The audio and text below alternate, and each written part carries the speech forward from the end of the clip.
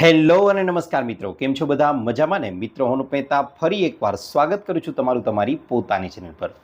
મિત્રો, લોહીમાં જે ગંદકી જમા થાય છે તેને પેશાબ મારફતે બહાર કાઢવાનું કાર્ય આપણી કિડનીનું છે. અને એટલા માટે જ આ કિડની જ્યારે બરાબર રીતે પોતાનું કાર્ય નથી કરી શકતી ત્યારે બને છે એવું કે આ ઝેરી તત્વો છે તે આપણા લોહીમાં ધીમે ધીમે જમા થવા લાગે છે અને તેની અસર આખા શરીર પર જોવા મળે છે. ખરેખરમાં કહેવા જાઉં તો વાત એવી છે કે કિડની જ્યારે ખરાબ થવાની શરૂઆત થાય છે ત્યારે બહુ ઓછા લક્ષણો એવા હોય છે કે જે પકડમાં આવે છે, અને જ્યારે દેખીતા લક્ષણો આપણને લોકોને જોવા મળે છે, એટલે કે ઓળખ કરી શકાય તેવા લક્ષણો જોવા મળે છે, ત્યાં સુધીમાં તો લગભગ આપણી કિડની છે તે 70થી 80% જેટલી ખરાબ થઈ ચૂકી હોય છે. અને એટલા માટે જ મેડિકલ સાયન્સની ભાષામાં કિડની ખરાબ થવાની સમસ્યાને સાયલેન્ટ કિલર તરીકે પણ ઓળખવામાં આવી છે. અને છેલ્લા અમુક વર્ષોની અંદર તો કિડની ફેલ થવાના, કિડની ખરાબ થવાના કિસ્સાઓમાં ખૂબ જ ઝડપથી ઉછાળો આવ્યો છે, વધારો આવ્યો છે. પણ મિત્રો, ગભરાવાની જરા પણ જરૂર નથી. એટલા માટે, કારણ કે આજના આ વિડીયોમાં હું તમને લોકોને અમુક એવા લક્ષણો સૂચવવાનો છું કે જેના પર થોડું જાગૃત બની અને ધ્યાન દેવામાં આવે તો સ્પષ્ટપણે આપણે લોકો પણ એ ઓળખ કરી શકીએ છીએ કે આપણી કિડની બરાબર કામ કરી રહી છે કે નહીં. તેની સાથે સાથે આજના આ વિડીયોમાં હું તમને લોકોને એવી કેટલીક વસ્તુઓ જણાવવાનો છું કે જે વસ્તુઓનું આપણે લોકોએ સેવન બંધ કરી દેવું જોઈએ, કારણ કે તે સંપૂર્ણપણે કિડનીને ખરાબ કરી દેવા માટે જવાબદાર છે. સાથે સાથે એવી કેટલીક વસ્તુઓ પણ જણાવીશ કે જેનું સેવન ચોક્કસથી આપણે કરવું જ જોઈએ, કારણ કે તે કિડનીની તંદુરસ્તી માટે ખૂબ જ મહત્ત્વનો ભાગ ભજવે છે. આ ઉપરાંત આખા દિવસનું રૂટીન પણ જણાવીશ અને તેની સાથે સાથે અમુક એવી વસ્તુઓ જણાવીશ કે જેને નિયમિત રીતે તમે લોકો કરવા લાગશો તો ગેરંટી સાથે કહું છું મિત્રો કે તમે લોકો 80 કે 90 વર્ષનું નિરોગી આયુષ્ય તો ભોગવી જ શકશો, સાથે સાથે તમારી કિડની પણ 80થી 90 વર્ષ સુધી સંપૂર્ણપણે તંદુરસ્ત રહેશે. તો ચાલો પહેલાં એ લક્ષણો જાણી લઈએ કે જે કિડની ખરાબ થવાની શરૂઆતમાં જોવા મળે છે.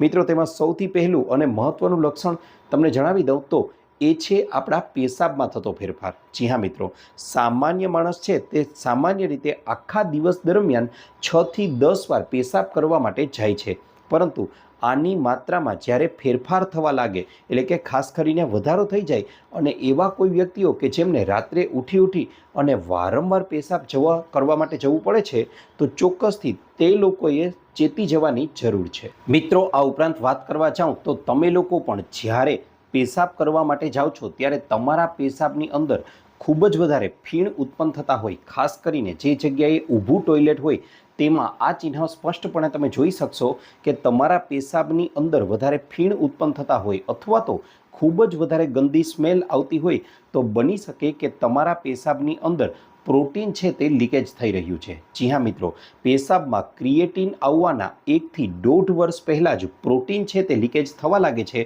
અને તેના પરિણામ સ્વરૂપે આ પ્રકારની એકદમ ગંદી સ્મેલ અને તેની સાથે સાથે ફીણ આવવાની સમસ્યા ઉત્પન્ન થાય છે. મિત્રો, આ પ્રકારનું ચિહ્ન જો તમારા પેશાબની અંદર જોવા મળતું હોય તો તેને જરા પણ તમારે લોકોએ અવગણવાની ભૂલ ન કરવી જોઈએ. તેની સાથે સાથે આગળ વાત કરવા જાઉં મિત્રો, તો તમે લોકો જ્યારે પણ પેશાબ કરવા માટે જાઓ છો ત્યારે તમારા પેશાબની અંદર તમને લોકોને ખૂબ જ વધારે બળતરા થાય છે અથવા તો તમને લોકોને અટકી અને પેશાબ આવી રહ્યો છે, તો આ ચિહ્નને પણ અવગણવાની ભૂલ ન કરવી જોઈએ, કારણ કે આ વસ્તુ છે તે તમારી કિડનીનું કોઈને કોઈ પ્રકારનું ઇન્ફેક્શન છે તેનું સૂચન કરે છે.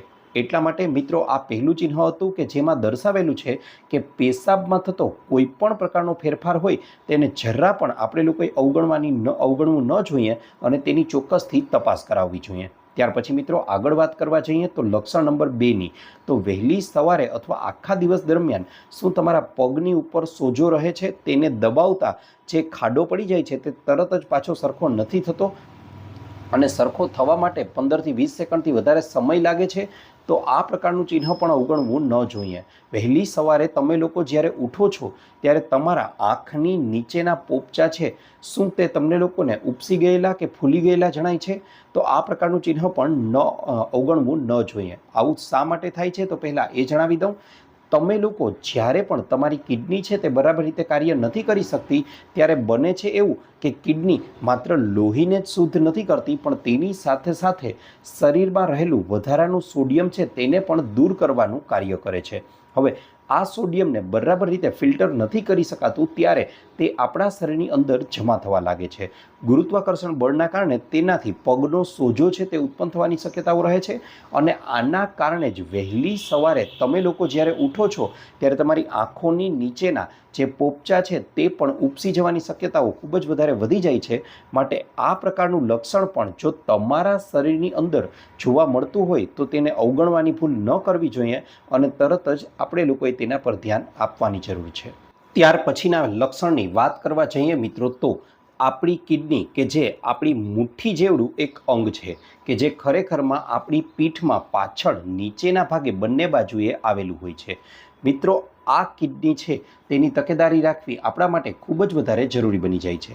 ઘણીવાર ઘણા લોકોને એવું બને છે કે આ કિડની જે જગ્યાએ રહેલી છે તે જગ્યાએ જ ખૂબ જ અસહ્ય દુખાવો થવા લાગે છે. તો એ પણ એનું સ્પષ્ટ સૂચન કરે છે કે કિડનીમાં કંઈક તકલીફ થવા લાગી છે. પરંતુ જ્યારે આ દુખાવો થતો હોય ત્યારે આ દુખાવાની સાથે સાથે તમને લોકોને તાવ છે, ઉલટી છે, વધારે પડતો પેશાબ આવવો છે, આવી સમસ્યાઓ રહેતી હોય તો એ સ્પષ્ટ સૂચન કરે છે કે તમારી કિડની છે તે ધીમે ધીમે ખરાબ થવા લાગી છે. જો માત્ર એ જગ્યાએ દુખાવો રહેતો હોય તો તે બની શકે કે અન્ય કોઈ પણ પ્રકારનો દુખાવો પણ હોઈ શકે છે. આ ઉપરાંત મિત્રો વાત કરવા જાઉં તમને લોકોને તો જો આ પ્રકારનો દુખાવો તમને માત્ર એક જ બાજુએ અનુભવાય છે તો બની શકે કે તમારી એક કિડની છે તેની સાથે કંઈક ગડબડ થઈ રહી છે.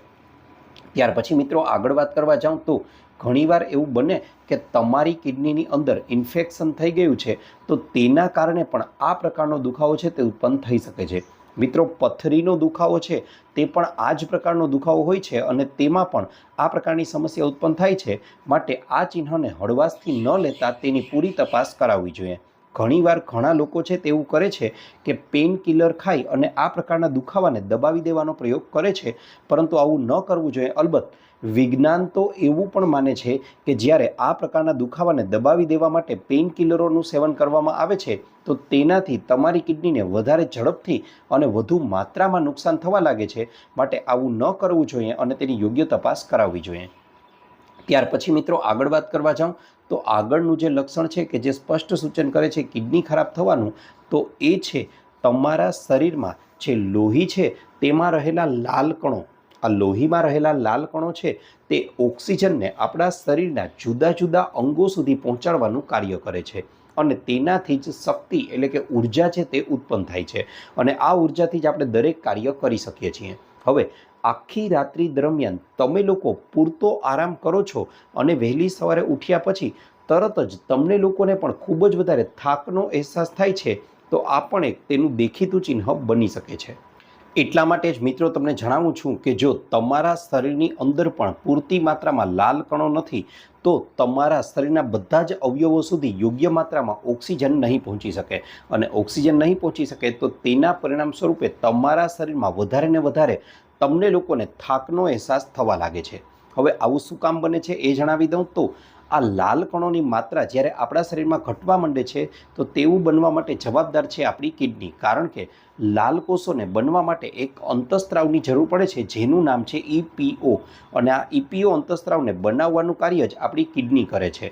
એટલા માટે જો કિડની સ્વસ્થ હશે તો આપણા શરીરમાં ક્યારેય પણ લાલ કોષો પણ ઘટશે નહીં અને આના માટે તમારે લોકોએ જો આવું લક્ષણ જોવા મળતું હોય તો એક સામાન્ય બ્લડ ટેસ્ટ કરાવી અને ચેક કરાવી લેવું જોઈએ કે ક્યાંક તમારા શરીરની અંદર તો લાલ કોષોની સંખ્યા ઘટવા તો નથી લાગીને. જો ઘટવા લાગી હોય તો એક સામાન્ય ઉપાય કે જેમાં ગાજર છે, બીટ છે અને આમળા છે આનું જ્યુસ બનાવી અને સેવન કરવાનું શરૂ કરી દેશો તો તેનાથી તમને લોકોને સારામાં સારો ફાયદો જોવા મળશે. ત્યાર પછી મિત્રો કિડની ખરાબ થતાં શરૂઆતમાં અન્ય લક્ષણ જે જોવા મળે છે તે છે ખંજવાળ. મિત્રો એટલા માટે તો ઘણીવાર એવું જોવામાં આવ્યું છે કે કોઈ કારણ વિના જ જો તમને લોકોને પણ આખા શરીર પર કોઈ કારણ વિના જ ખંજવાળ આવ્યા રાખે છે અથવા તો તમારી ગરદનના આ પાછળના ભાગે કાળા ડાઘ થઈ ગયા છે, કાળી લીટીઓ જામી ગઈ છે, કાળા પટ્ટા થઈ ગયા છે તો આ એ ગંદકી તરફ સૂચન કરે છે, સ્પષ્ટ સૂચન કરે છે કે જેને તમારી કિડની છે તે બરાબર રીતે ફિલ્ટર નથી કરી શકતી. અને એટલા માટે તો 10% કિસ્સાઓની અંદર કિડની ખરાબ થવાની જે શરૂઆતના આ બધા લક્ષણો છે તેની ઓળખ એક ડર્મેટોલોજિસ્ટ એટલે કે ત્વચાના ડૉક્ટર દ્વારા કરવામાં આવે છે. કારણ કે આ પ્રકારની ખંજવાળનો કોઈ પણ પ્રકારની દવાથી ઈલાજ ન થતાં તે લોકો એક ટેસ્ટ કરાવવાનું સૂચવે છે જેનું નામ છે KFT એટલે કે કિડની ફંક્શન ટેસ્ટ. અને તેના દ્વારા જ સાચું જે કારણ છે, સાચો ઇસ્યુ છે તે ચોખ્ખો થાય છે, તે ક્લિયર થાય છે આપણી સામે. અને એટલા માટે મિત્રો આ પ્રકારનું લક્ષણ પણ જો તમારા શરીરની અંદર જોવા મળતું હોય તો તેને પણ તમારે લોકોએ જરા પણ અવગણવાની ભૂલ ન કરવી જોઈએ અને તરત જ યોગ્ય તપાસ આપણે લોકોએ કરાવવી જોઈએ. મિત્રો, આગળના લક્ષણની વાત કરવા જાઉં એ પહેલાં ચોક્કસથી એટલું જણાવવા માગું છું કે જો તમારા લોકોની કિડનીનું ક્રિએટિન છે તે વધી રહ્યું છે તો ચોક્કસથી તમારે લોકોએ પ્રોટીનયુક્ત ખોરાક છે તેનું સેવન ઘટાડવું જોઈએ. તેની સાથે સાથે કિડની છે તે મિત્રો કુદરતે આપેલું ખરેખરમાં એક અનમોલ અવયવ છે, આપણે તેની કદર કરવી જોઈએ. કારણ કે કિડની ખરાબ થતાં ડાયાલિસિસ જેવી પ્રોસેસ જે કરવામાં આવે છે તે પ્રમાણમાં ખર્ચાળ તો છે જ, પણ તેની સાથે સાથે ખૂબ જ પીડાદાયક પણ છે. એટલા માટે આનાથી બચવું જોઈએ અને આવા ચિહ્નો ધ્યાને લઈ અને વિડીયોના અંતમાં જે દર્શાવવાનો છું તે ઉપાયો પણ ચોક્કસથી કરવા જોઈએ. મિત્રો, આગળનું લક્ષણ છે ઊંચું બ્લડ પ્રેશર અને ડાયાબિટીસ. જી હા મિત્રો, તમને વાત કરવા જાઉં તો લગભગ 40% બ્લડ પ્રેશરના દર્દીઓને કિડનીની સમસ્યાઓ ઉત્પન્ન થતી હોય છે અને દર 3માંથી 1 ડાયાબિટીસના દર્દીની કિડની છે તે ફેલ થઈ જાય છે. આવું થવાનું મુખ્ય કારણ એ છે કે જ્યારે ડાયાબિટીસ વધે છે ત્યારે લોહી છે તે પ્રમાણમાં વધારે ને વધારે ઘાટું બનતું જાય છે. હવે આવું ઘાટું લોહી છે તે કિડનીની સૂક્ષ્મ નલિકાઓમાંથી યોગ્ય રીતે પસાર નથી થઈ શકતું અને પરિણામે તે ડેમેજ થવા લાગે છે, તે ખરાબ થવા લાગે છે અને આના પરિણામે કિડની પોતાનું કાર્ય પણ સારી રીતે કરી નથી શકતી.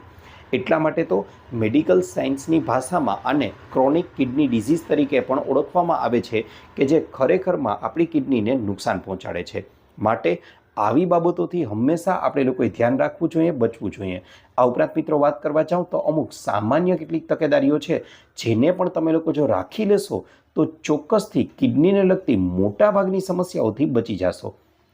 તેમાં વાત કરવા જાઉં મિત્રો તો સૌથી પહેલું મહત્ત્વનું અને અગત્યનું કોઈ લક્ષણ હોય તો એનું નામ છે તમારે લોકોએ શક્ય હોય ત્યાં સુધી આખો દિવસ દરમિયાન બને તેટલું વધારે માત્રામાં પાણી પીવું જોઈએ.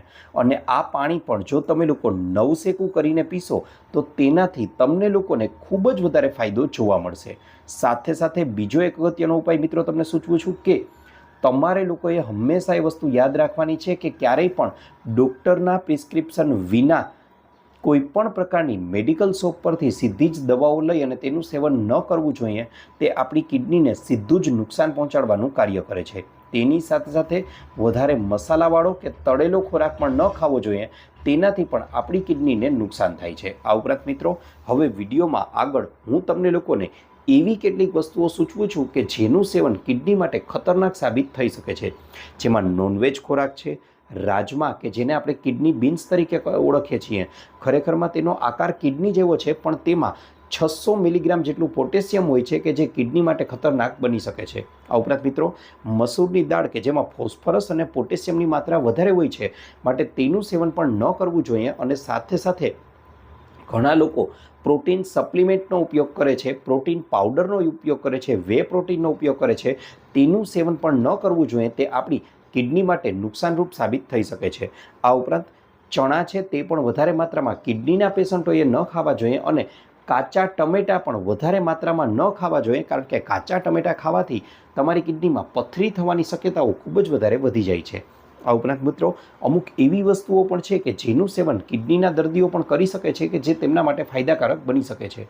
તેમાં છે મગની છડી દાળ કે જેને આપણે મગની ફોતરા વિનાની દાળ પણ તરીકે ઓળખીએ છીએ. આ ઉપરાંત સોયા પનીર છે, તમે સાદા પનીરના બદલામાં સોયા પનીરનો ઉપયોગ કરી શકો છો. સાથે સાથે એક વસ્તુ સૂચવું છું કે જે કિડની માટે ખૂબ જ વધારે ઉપયોગી સાબિત થઈ શકે છે, તેનું નામ છે મૂળા. જી હા મિત્રો, શિયાળાની સિઝન દરમિયાન મૂળાનું સેવન પણ કિડનીના દર્દીઓએ ચોક્કસથી કરવું જ જોઈએ. પણ યાદ રહે, સવારે અથવા બપોરના સમયે જ મૂળાનું સેવન કરવું જોઈએ. મૂળાનું સેવન ક્યારેય પણ રાત્રિના સમયે ન કરવું જોઈએ. મૂળાને તમે કાચા પણ સેવન કરી શકો છો. અને તેની સાથે સાથે મિત્રો, આગળ વાત કરવા જાઉં તો મૂળાને હંમેશા જમ્યા પહેલાં આરોગવાનો આગ્રહ રાખશો તો તેનાથી તમને લોકોને ખૂબ જ સારો એવો ફાયદો થશે. રોજનું 20થી 30 મિનિટનું તમે લોકો વોકિંગ કરશો ને તો એ પણ તમારી કિડનીને સ્વસ્થ રાખવા માટે મહત્ત્વનો ભાગ ભજવી શકે છે. સાથે સાથે મિત્રો આગળ વાત કરવા જાઉં તો આખા દિવસનું એક એવું હેલ્ધી રૂટીન સૂચવું છું કે જે રૂટીનને તમે લોકો ફોલો કરી લેશો તો ગેરંટી સાથે કહું છું કિડનીને લગતી સમસ્યાઓ છે તે થોડા જ દિવસોમાં સંપૂર્ણપણે દૂર થઈ જશે. શું કરવાનું છે જણાવી દઉં મિત્રો. સૌથી પહેલાં તો તમારે લોકોએ વહેલા ઉઠવાનો આગ્રહ રાખવાનો છે. આ માટે લગભગ સવારે 5થી 6 વાગ્યા વચ્ચેનો સમય આદર્શ માની શકાય છે. ત્યાર પછી મિત્રો વાત કરવા જાઉં તો આ સમયે ઉઠ્યા પછી 1 ગ્લાસ 2 ગ્લાસ 3 ગ્લાસ કે 4 ગ્લાસ સુધી તમારે લોકોએ પાણી છે તેને ઉકાળી અને નવ શેકું રહે ત્યારે તેને પીવાનો આગ્રહ રાખવાનો છે. શરૂઆતમાં 1 ગ્લાસથી શરૂ કરી અને વધુમાં વધુ 4 ગ્લાસ સુધી તમે તેને લઈ જઈ શકો છો. ત્યાર પછી ખુલ્લામાં તમારે લોકોએ થોડું વોકિંગ કરી આવવાનું છે. 10થી 15 મિનિટ સુધી એક આટો મારી આવવાનો છે, શેર કરી આવવાની છે. હવે પછી ઘરે આવો ત્યારે તમારે લોકોએ તમારા ઘરની એક ખુલ્લી જગ્યા શોધવાની છે કે જેમાં તમારા ઘરની બાલ્કની છે, તમારા ઘરનો રવેશ છે, તમારા ઘરની અગાસી છે, ઘરનું ફળિયું છે, કોઈ પણ ખુલ્લી જગ્યા હોઈ શકે છે. આ ખુલ્લી જગ્યા પર એ કાંઈ ન હોય તો ઘરની આજુબાજુમાં રહેલો બગીચો પણ ચાલશે. ત્યાં જઈ અને એક યોગા મેટ પાથરી દો. એક યોગા મેટ ન હોય તો તેના બદલામાં કોઈ ચાદર પણ પાથરી શકો છો. હવે આ ચાદર પર તમે લોકો બેસી જાઓ અને તમારે લોકોએ સૌથી પહેલાં તો 10થી 15 મિનિટ સુધી અનુલોમ વિલોમ કરવાના છે. અને ત્યાર પછી અનુલોમ વિલોમ કર્યા પછી તમારે લોકોએ 10થી 15 મિનિટ સુધી રોજે રોજ કપાલભાતિ કરવાનો આગ્રહ રાખવાનો છે. મિત્રો યાદ રહે, કિડની ખરાબ થવાની પાછળની ક્રિયા છે તે કોઈ રાતોરાત નથી થઈ. એટલે કે તમારી કિડની રાતોરાત કોઈ ખરાબ નથી થઈ ગઈ અને એટલા માટે જ તેને રિપેર થવા માટે પણ સમય લાગશે. પણ અહીં જે રૂટીન સૂચવું છું તેને સ્ટ્રિક્ટલી નિયમો સાથે એકદમ ચુસ્તતાથી પાલન કરશો તો ગેરંટી સાથે કહું છું ખૂબ જ ઝડપથી તમારી કિડની ફરીથી રિકવર પણ થવા લાગશે. મિત્રો કપાલભાતિ છે તે એવો પ્રયોગ છે કે જેનાથી થોડા જ સમયની અંદર તમારી કિડની છે તે ફરીથી સંપૂર્ણપણે તંદુરસ્ત બનવા લાગશે. માટે 10થી 15 મિનિટ સુધી કપાલભાતિ કરો. ત્યાર પછી મિત્રો આગળ વધવા જાઓ તો હવે આપણે લોકોએ અમુક ચોક્કસ પ્રકારના આસનો કરવાના છે જેમાં ગૌમુખાસન છે, સર્વાંગાસન છે, તિતલી આસન છે, ત્યાર પછી સવાસન છે, પવન મુક્તાસન છે. આ ઉપરાંત તમને લોકોને ડાયાબિટીસ જેવી સમસ્યા પણ રહેતી હોય તો તમારે લોકોએ ચોક્કસથી મંડુકાસન પણ કરવું જોઈએ જે તમારી કિડનીને સ્વસ્થ બનાવવા માટે મહત્ત્વનો ભાગ ભજવી શકે છે. તેની સાથે સાથે આગળ વાત કરવા જાઓ મિત્રો તો જો તમારું શરીર બરાબર રીતે સાથ આપી રહ્યું હોય તો 15થી 20 જેટલા સૂર્ય નમસ્કાર પણ કરવા જોઈએ. હવે મિત્રો આગળ વાત કરવા જઈએ તો આટલું કરી લીધા પછી 45 મિનિટથી 1 કલાક સુધી હવે તમારે કોઈ જ વસ્તુ ખાવાનો આગ્રહ ન રાખવો જોઈએ. તેના 1 કલાક પછી આ બધા જ યોગ કર્યાના 1 કલાક પછી તમારે લોકોએ હવે સવારનો નાસ્તો કરવાનો છે. મિત્રો આ નાસ્તામાં બને તો 100% હું તો એવું કહું છું કે આગ્રહ એવો રાખજો કે ઘરનો બનેલો તાજો ખોરાક ખાવો જોઈએ. વધારે મસાલાવાળો અને તળેલો ખોરાક સવારના નાસ્તામાં તો અવોઇડ કરવો જોઈએ. તેની સાથે સાથે હંમેશા એક વસ્તુ મિત્રો યાદ રાખજો કે બજારમાંથી તૈયાર જ લઈ આવેલા ભજીયા કે ગાંઠિયા કે આવી વસ્તુઓને તો અવોઇડ જ કરવાની છે. તે જ આપણી કિડનીને ખરાબ કરવા માટે મુખ્યત્વે જવાબદાર છે. માટે એને અવોઇડ કરો. ઘરમાં બનેલી વસ્તુઓ ખાવાનો જ આગ્રહ રાખો. ત્યાર પછી મિત્રો સમય આવે છે બપોરનો. હવે બપોરના સમયે તમે ભોજન કરો છો તે ભોજન કરતાં પહેલાં એક નાની વાટકી ભરી અને તમારે લોકોએ ઋતુ અનુસાર જે કોઈ પણ સલાડ આવતું હોય તેને ચાવીને ખાવું જોઈએ. જેમાં કાકડી છે, મૂળા છે, ગાજર છે, બીટ છે, કોબી છે, અન્ય કોઈ પણ પ્રકારનું સલાડ જે તમને ભાવે છે તેનું સેવન કરી શકો છો. જો સલાડ કાચું ન ભાવે, પાચન તંત્ર નબળું રહેતું હોય તો તમે લોકો તેનો સંભારો બનાવીને પણ સેવન કરી શકો છો. ત્યાર પછી મિત્રો આગળ વાત કરવા જાઉં તો હવે બપોરના ભોજનમાં તમારે લોકોએ રોજે રોજ ઘઉંમાંથી બનેલી રોટલી જ ખાવાને બદલે તમે લોકો અહીં અન્ય પ્રકારના અનાજ પણ ઉપયોગ કરી શકો છો. જેમાં ખાસ કરીને આપણા દેશી અનાજ કે જેને આજે આપણે લોકો મિલેટ્સ તરીકે ઓળખીએ છીએ તેનું સેવન કરવું જોઈએ કે જેની અંદર બાજરો છે, મકાઈ છે, જુવાર છે, રાગી છે, જવ છે. આ અનાજ આપણા શરીર માટે ખૂબ જ વધારે ઉપયોગી અને ફાયદાકારક બની શકે છે. મિત્રો આ બધી વસ્તુઓનું સેવન કરી શકો છો. જો એ શક્ય ન બને તો પછી ઘઉંની રોટલી પણ ચાલશે, પણ જો પહેલાં 4 રોટલી ખાતા હતા તો તેની માત્રા ઘટાડી અને હવે 3 રોટલી કરી દો અને તેના બદલામાં શાક જે ખાવ છો તેની માત્રા વધારવાની છે. પહેલાં 1 વાટકી ખાતા હતા તો હવે 2 વાટકી જેટલું કરી આપો. ત્યાર પછી મિત્રો આગળ વાત કરવા જાઓ તો અમુક અન્ય બાબતોનું પણ ધ્યાન રાખવું જોઈએ કે ખોરાકની થાળીમાં તમારે લોકોએ 1 વાટકી જેટલું દહીં અથવા 1 ગ્લાસ જેટલી છાશનું પણ સેવન કરવું જોઈએ. તેની સાથે સાથે તમે લોકો જ્યારે ભોજન કરો છો ત્યારે દહીં કે છાશ કે દૂધ એને બાદ કરતાં અન્ય સફેદ વસ્તુઓને બને તેટલી ઓછી કરવી, જેમાં મીઠું છે, મેંદો છે અને ખાંડ, આવી વસ્તુઓથી બને તેટલું દૂર રહેવું. તમારી થાળી બને તેટલી રંગબેરંગી બનાવવા પણ પ્રયત્ન કરવાનો છે. રંગબેરંગીનો એવો જરાય મતલબ નથી કે તમારે લોકોએ મીઠાઈઓથી તેને ભરી દેવાની છે, પણ અહીં રંગબેરંગીનો મતલબ મારો એવો છે કે તમે લોકો જ્યારે શાકભાજી કે ફળો ખરીદવા માટે જાઓ છો ત્યારે બધા જ રંગના ફળો, બધા જ રંગના શાકભાજી લેશો ને તો પણ તમારા શરીરમાં કોઈ પણ પ્રકારના પોષક તત્વની ઉણપ નહીં થાય અને માત્ર કિડની જ નહીં, શરીરના તમામ અવયવો છે તે પણ તમને તંદુરસ્ત જળવાઈ રહેશે. ભોજન પૂરું કર્યા પછી મિત્રો તમારે લોકોએ 1 ચમચી જેટલી વરિયાળી છે તેને ચાવી ચાવીને ખાવાનો આગ્રહ રાખવો જોઈએ. તેનાથી તમારું પાચન તંત્ર છે તે સુધરે છે. હવે આટલું કરી લીધા પછી અગત્યનો સમય આવે છે અને એ સમય છે સાંજનો સમય.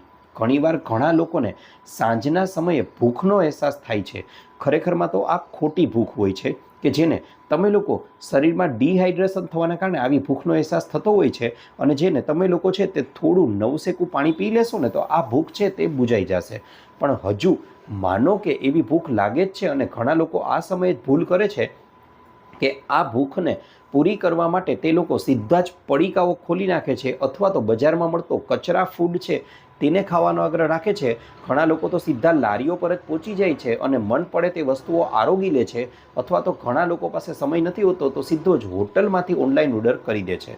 મિત્રો મેઇન આ વસ્તુઓ જ એવી છે કે જે આપણી કિડનીને ખરાબ કરી દેવા માટે ખૂબ જ વધારે ભાગ ભજવે છે, મહત્ત્વની જવાબદાર છે. માટે આ વસ્તુઓને અવોઇડ કરવી જોઈએ.